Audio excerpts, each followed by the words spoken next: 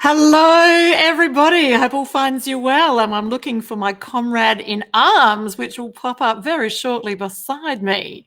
They can't be very far away. How are you on this very beautiful day? Here in Adelaide, it's 14 degrees and it just feels warmer because the skies are mostly blue and there's virtually no wind. It feels divine. And I know it's going to lure us into a full sense of security because winter is almost upon us. Now, very shortly, I'll have my comrades come up with me. They're not here quite yet, but that's okay. I'm going to continue without them and introduce you to what we're doing today. So welcome to the Healing Through Love show. We're here to increase awareness within the community around providing family and domestic violence survivors with a soft place to land and to offer advice on services available to those survivors and their families. So we have Rose joining us shortly, and we also have Ali, and they should just pop up to the side of me, and they haven't, and that's okay. So I might just continue and let you know what Rose was going to be saying. So we have many local businesses and services who have generously paid it forward to our Pamper Days, providing their time and resources to our events. And Ali was going to be sharing with us that each week on this show, we'll be interviewing a couple of those supporters for our Pamper Days to learn more about their personal journeys and their businesses and why they support Healing Through Love to assist survivors. So each week we interview two amazing people. We've got some very special guests today, and I won't steal Ali's thunder because she's going to be introducing our amazing guests. And while we're waiting for the girls to populate onto the screen, I might just tell you what a Pamper Day actually looks like. So it's an opportunity for survivors to come along and enjoy a pampering. When they walk through the door, there's a shop and they can choose. They get a gift bag and they can choose clothing, jewellery, makeup, skincare, anything from the selection of our gift shop. And they don't have to pay for it. They're all gifts from us to them and from our businesses that we work with, paying it forward. And then they'll go from room to room and have a variety of services. So they might sit down and have a hand massage, and then they might go get a neck and shoulder massage. They could have a chakra aligning. We've also got spiritual healers as well. We have tarot card readers there. We also have hairdressers who will be styling hair, and we also, and hopefully if they've got enough time, cutting as well. We've got makeup artists who'll be doing makeups on the girls. We've got special services as well to support people that are in that space. So it's a fantastic place to be. Now, we run one a year here in Adelaide. We also run one a year in Tasmania as well. So it's really exciting. We're looking to branch out into other states. So if you're watching this and you've got contacts in other states, or you yourself are in another state and you are, hello, Ali, and you're looking to hold a Pamper Day in your state, please reach out to Healing Through Love. You'll find us on, we've got a website, we've got LinkedIn, and we've also got a Facebook page. Hi, girls. I've just done all the introductions. Yes, well, there was a tech issue. I couldn't get us on the screen. That's okay. I'm really happy to tread water. So we've done all the intros, guys. So me and Rose might just pop away and do the back end while we leave Ali to introduce our amazing speakers today. Bye for now. Bye. Thank you so much, Charlene, for holding the fort there. That was absolutely brilliant and helping me out and us out with the introduction. Now, without further our guest today, so first of all, we have Michael Abbott joining us. Now, Michael manages the day-to-day operations of 19 on Green. Now, 19 on Green is actually the venue where we are going to hold our Pamper Day this year. So I am so excited to be talking to Michael. So hopefully he will be on screen very shortly. Hey, Ali, how are you? There he is. Hi, Michael. How are you today? How about yourself? Oh, I'm brilliant, mate, brilliant. So I have to tell you, I was actually the one who came and looked around 19 on Green to check it out for the Pamper Days, and I don't know if you remember my reaction, but I don't know if it showed on the outside as much as it did on the inside, but I was so excited because it is a beautiful, beautiful venue. Oh, I think it's really definitely a fantastic partnership, Ali. I'm excited to give your viewers a bit of a walk around the centre sometime during this interview. But yeah, listening to the introduction and the types of activities and opportunities you'll be, providing women and survivors of domestic and family violence on the day. I mean, they deserve all the pampering in the world, and anything we can do to assist accommodate that, more than happy. Thank you so much, Mike. That's absolutely brilliant. So before we do go for a bit of a walk around the centre, so tell us a little bit about what the centre is and what you do. Yeah, so 19 on Green is a community centre with the City of Charles Sturt. That's in Bowden Brompton, just one of the inner city suburbs in Adelaide. And the centre itself has a really long history with the local community, going back 30 or 40 years. And it was a few years ago that it came into the hands of the city. But, any good community centre really reflects the community around it. And so we have a pretty interesting and diverse program, lots of workshops and activities around sustainability and around caring for our environment. Really expressive and creative community around here. So we have lots of art workshops and creative mending. And increasingly, we're finding in the current environment with people working from home and people finding themselves looking to retrain and find new work, we're bringing new employment initiatives online as well. So the centre leads a whole range of activities, but then we also just a space. We're a space for community groups in the local area to come and meet and go about their business. We're a space for lots of support groups. We have a lot of anonymous groups and family support groups that come and provide a service to their members and participants. And, it's just kind of a cool place to hang out. So we have all sorts of community members popping in to grab a book from our book exchange, or jump on a computer. We've got a fantastic community shed out the back, which I do hope I can show you, but we'll see if we can get out that far with the Wi-Fi. But yeah, I'm probably a little bit biased, but I reckon it's probably the best community centre in Adelaide. So.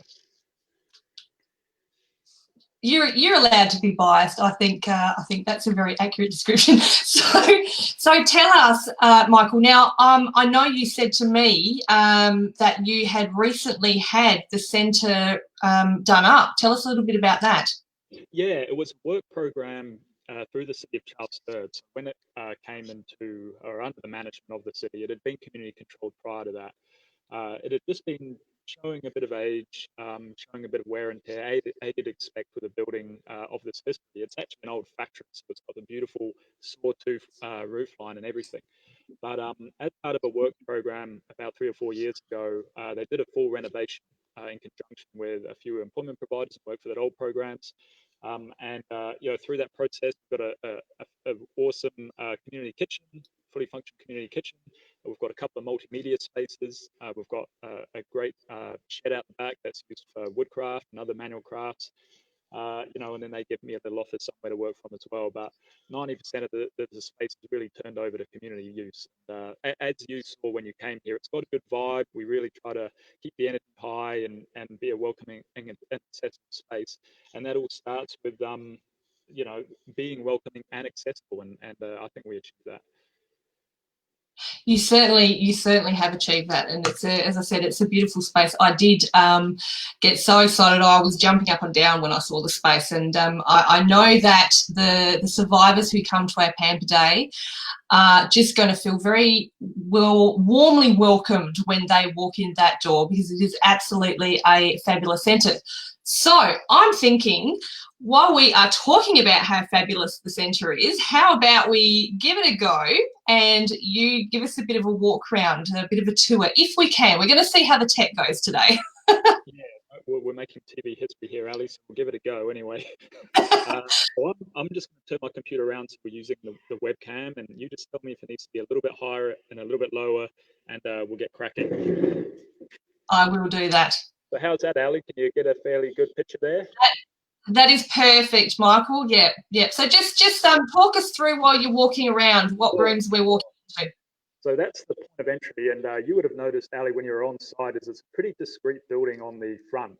There's not much to see or look at outside of some plants and bits and pieces, but that's part of the surprise when you come in. because like factories from the 60s and 70s, you know, it's about the depth and it goes all the way down the back there. We've got a few consulting spaces here. A couple of them are being used at the moment, so we won't pop them there. This is really just our drop-in space where people can come and collect some information on local services or grab a book, sit down and have a chat, have a cup of coffee. We recently just introduced a bit of a co-work space. We've got a few folks in here just working at the moment, so people can pop in there. Perfect for small business in the local area or students or people just working on projects. It's all publicly accessible. In terms of some of the activities we do to support survivors and support domestic and family violence services, this is our creative kiln. So we have a couple of groups that come in here and do sewing, and they have, you might be familiar with banners, bags, but they recycle a lot of the banners that you see up and around Port Road in the city of Charles Sturt into clutch bags, shopping bags, and they're all donated to local shelters. Just tell me if I'm scooting along too quickly there, Ali.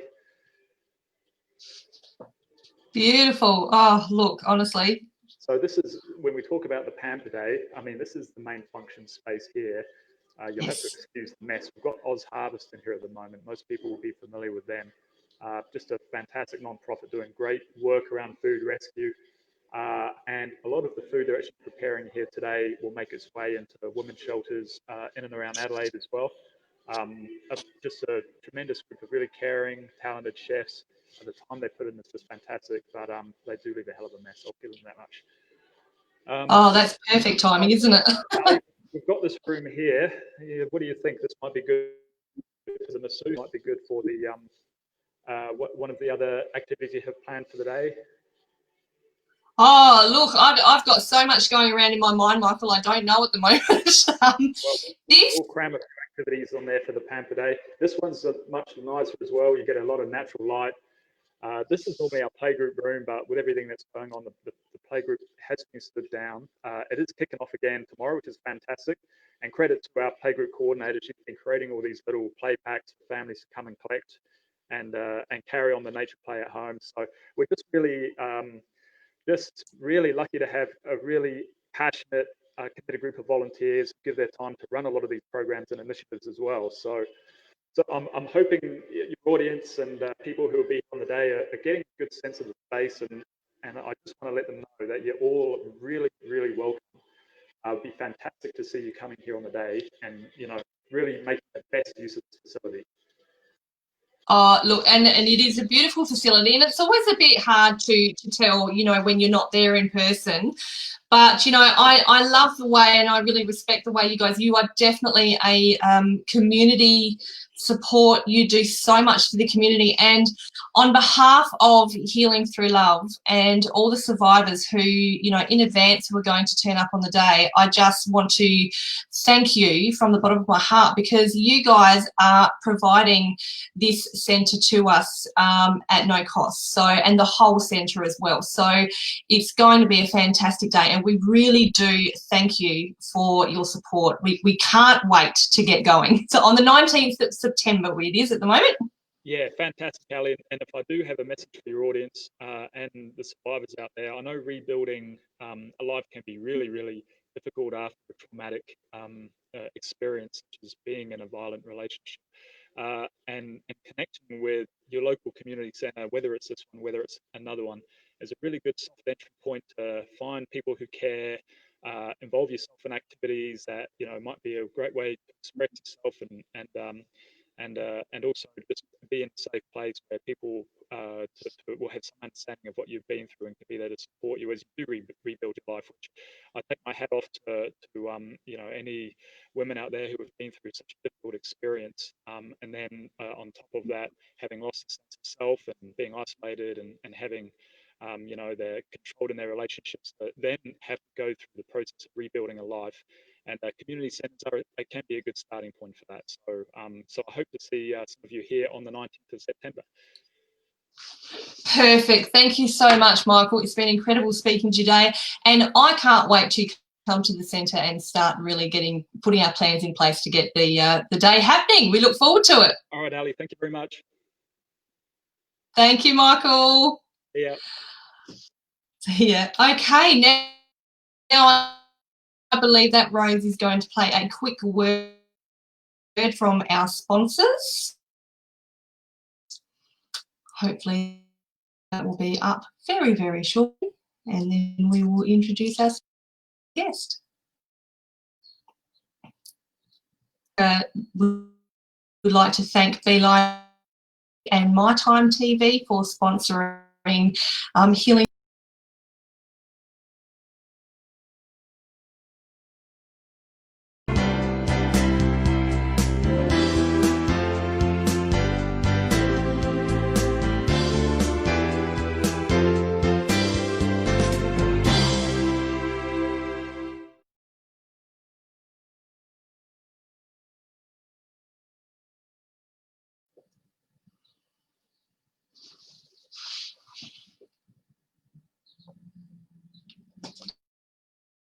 Hey, look at that, I'm back.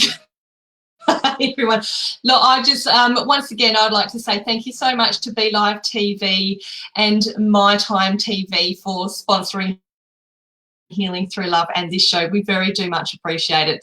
Now, I would like to, last week will be familiar with him, but we just found he was an absolute wealth of knowledge. We had to have him back again today.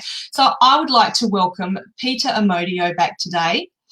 And Peter has spent 25 years as a police officer in New South Wales, and 15 of those years as a team leader of the domestic violence unit. Now, Peter currently works as a life coach and is creating a domestic violence program to assist survivors. So, hi, Peter, welcome back. Hi, thank you very much for having me. Can you hear me? Great okay? to have you back again. Because we can hear you, we can see you, Peter. Absolutely perfect. And you were a wealth of knowledge last week. So I know that you spoke a bit about what an AVO is and the different types that can be applied for. So I believe this week you're going to just expand on that a bit. So share with us what you've got for us this week, and I'll stay on screen so we can have a bit of a chat. Oh, awesome. Okay. So the reason why I created this program is because it's so difficult for survivors to report domestic violence. You know, there's a fear. It's one of the problems. The second thing is nobody wants to get involved. You know, it's like it's no one's business, and it's very difficult for the victims to get anyone to be on their side. Usually, it's just their word against the perpetrator. And I thought, how can I make it easy for these survivors to get through the difficult time in their lives, trying to protect their family, their children, their lives? So what can I do? And so I got some insight into the police force. And also, I work in a women's precinct for 3 years.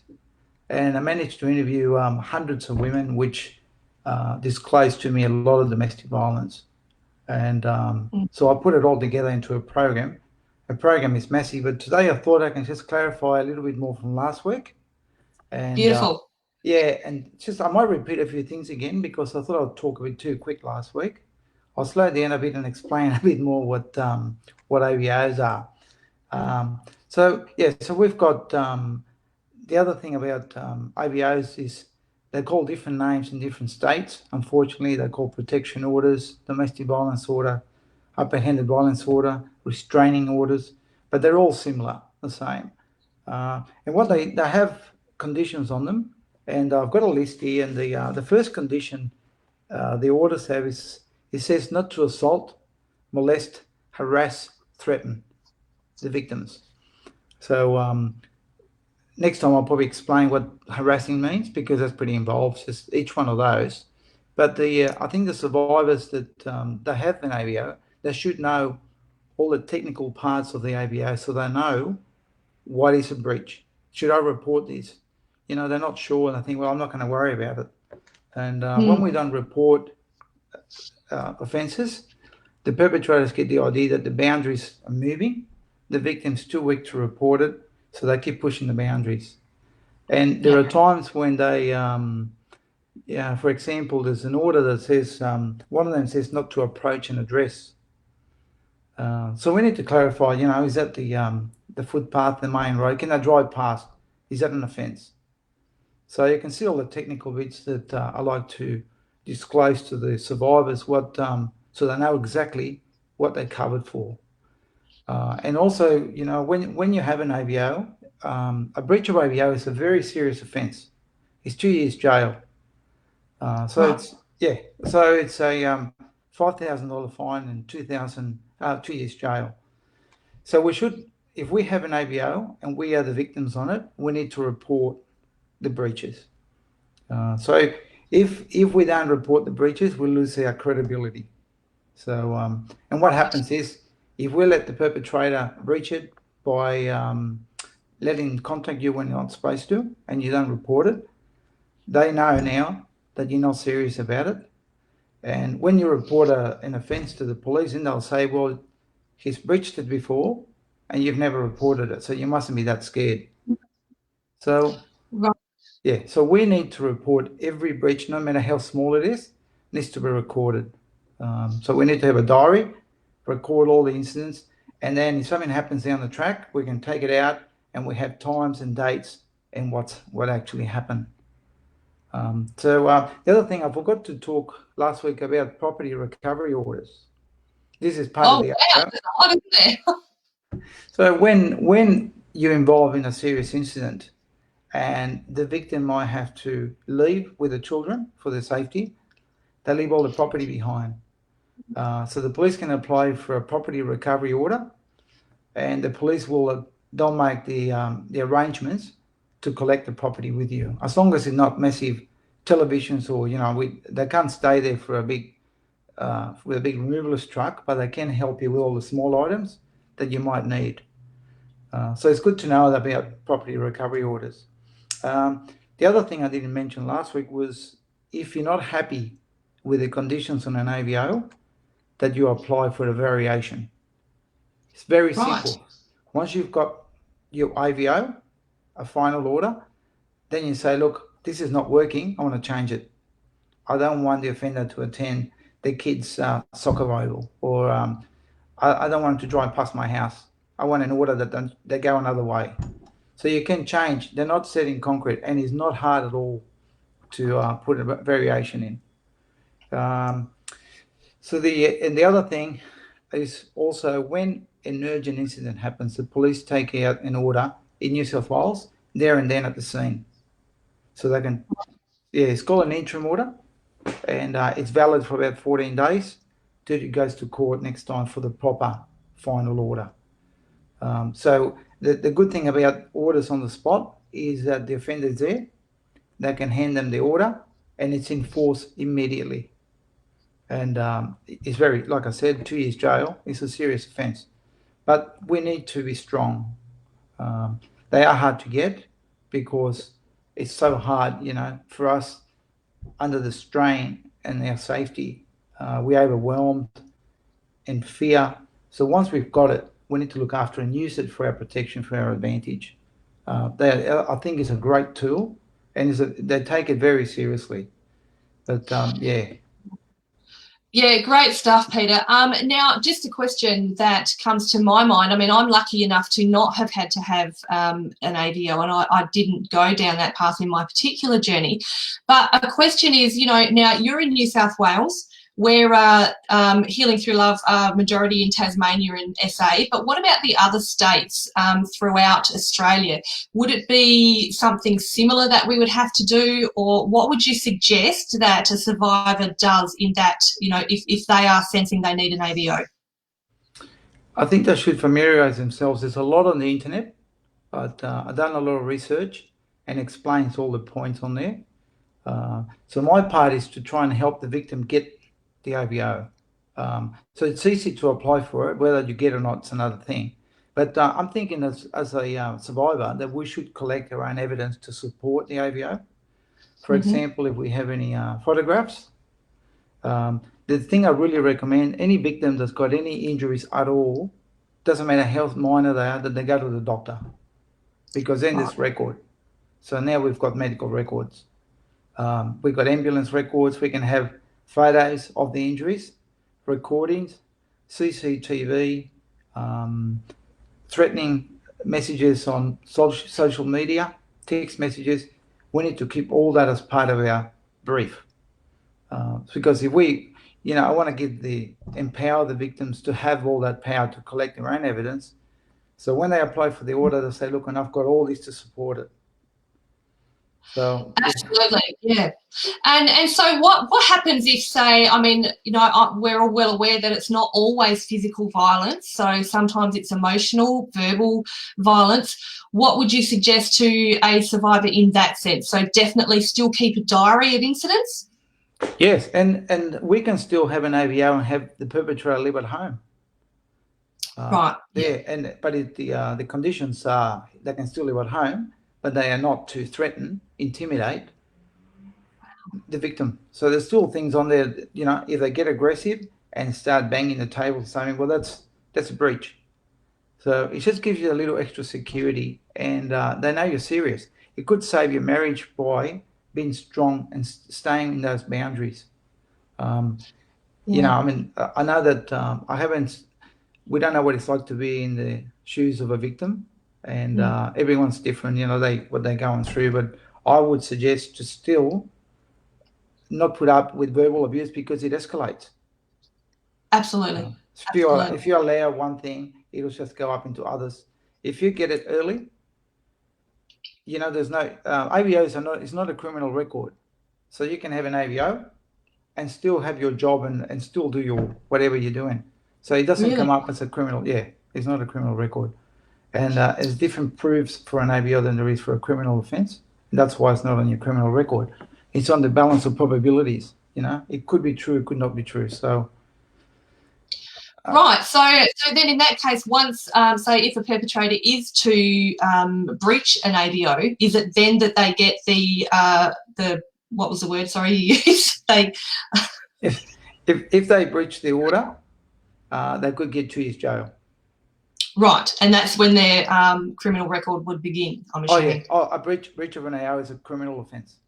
Yeah. Right. The AVO is not, but the breach is, and it's taken very serious. And if you have 2 or 3 breaches, you'll be doing some time. And some of these perpetrators haven't been to jail before, and they get scared, and it works.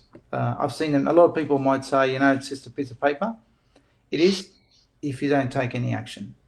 But I've seen them work fantastic. I've seen relationships, the respect change, where they stay together with the family just by doing it early and say, I'm not going to put up with this abuse. I'm going to report it. And reporting.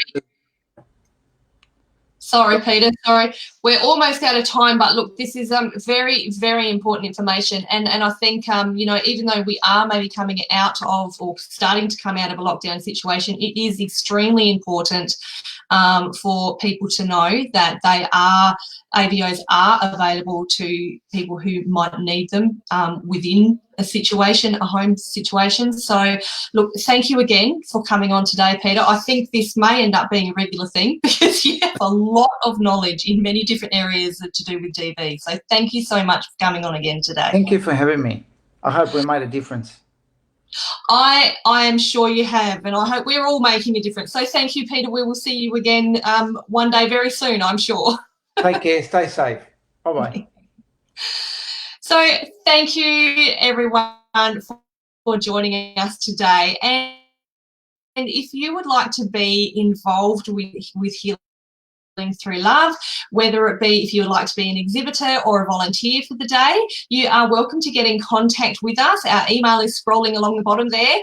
And if you are a survivor, you are very, very welcome to get in contact with us. Go to our Facebook page and you can find all the information then. We do have our Pamper Day at this stage happening on the 19th of September. You have seen the venue. It's going to be a fantastic day. So thank you for joining us today, and we look forward to seeing you again next week on the Healing Through Love show at 1 o'clock. Okay, bye-bye, everybody.